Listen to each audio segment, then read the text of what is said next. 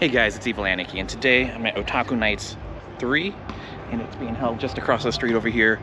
It's sort of like a cosplay after party type event. It's like a free anime street event. They've had them a few times. This is the third one, but this is my first time here. We're gonna go inside and check it out. Looks like it's a bunch of sticker slaps and Itachi, and I think there's some coffee there too. But if you like these vlogs, be sure to give me a like and follow, and we'll get on inside. So here we are at Otaku Nights 3 in downtown Los Angeles at a really cool venue. It's like a photo studio slash warehouse for this event. This is a free event. It's happening from noon to 8, and then there was an after party from like 9 to midnight, and an after party from like midnight to 6. I had tickets for the after party, but I didn't stick around. There's a lot of cool vendors here for this event. They didn't stick around for the after party. They were mainly for this day event, which, as you can see, was pretty barren as far as attendance go. I got here around 4 p.m.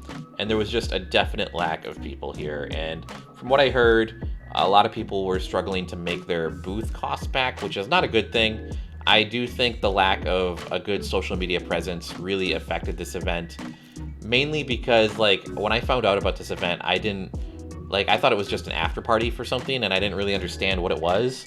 But then they were saying they had vendors, and then they hid like the hours and location and like an Instagram description, as opposed to like putting it in the actual like photo post itself, which I think would have helped really sell this event, so much more. I do think this event sort of popped out of nowhere for me as well. And for me, who typically knows about like all of the conventions and events that are going on here in LA, it really caught me off guard.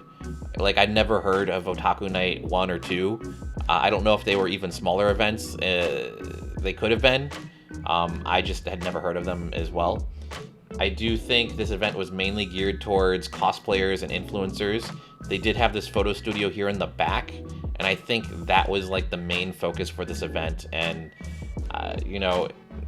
it's just kind of like a split decision, I feel like, on their part as the event organizers, because it was like, oh, we want to have all these vendors, but then we also want to have like this photo studio. And I think it's really cool, but I also think it's like two different things that you're trying to do at once, and it maybe should have just been one or the other. I don't know.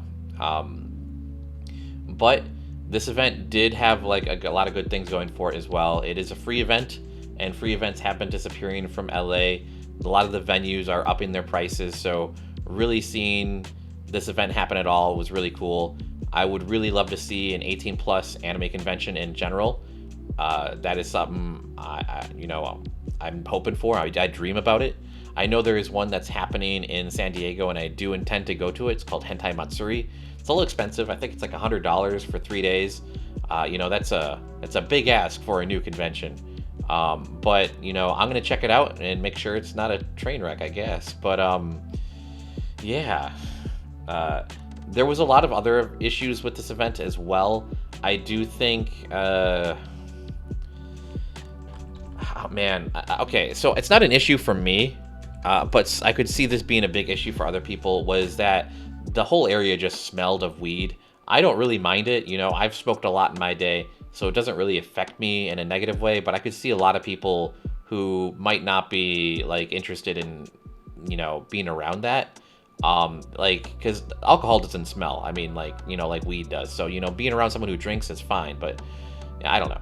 But also, there was no place to sit down and rest, and they had coffee and like water and sparkling water, but they didn't really have any food vendors either. There was like a pizza place down the street, but just a lack of like places to chill, I feel like, really affected this negatively as well. You can't have an event that goes from like noon to like 8 and not have a place for people to sit down. I think that is a big issue. This dog was super adorable. But overall, I was pretty happy with the event. They had like a DJ, some cool cars. Always like the cool cars. There were some cool booths out here as well. I did hear from friends who did stick around for the after party that the after party was a little bit of a sausage fest. I mean, that's to be expected from any party, though, I'm going to be honest. And it was apparently really hot, and the airflow was just not so good. So, you know, typical party concerns, in my opinion. I heard there might have been some drama as well. I'm not going to get into that. I don't know anything about that.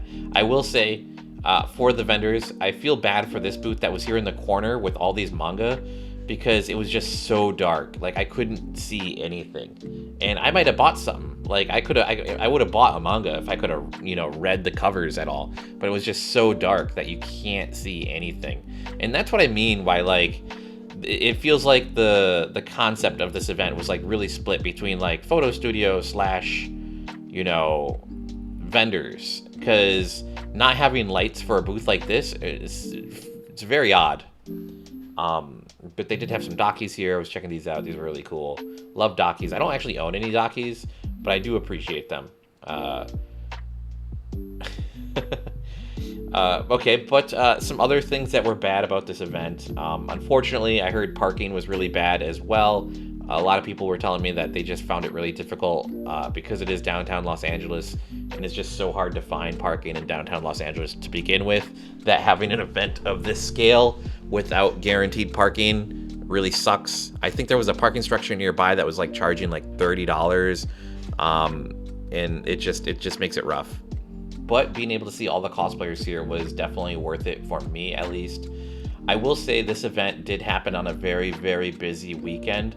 So at the same time as this event, just a couple blocks away, was Weeb Mart. You can check out my video for that. I posted it literally like last week.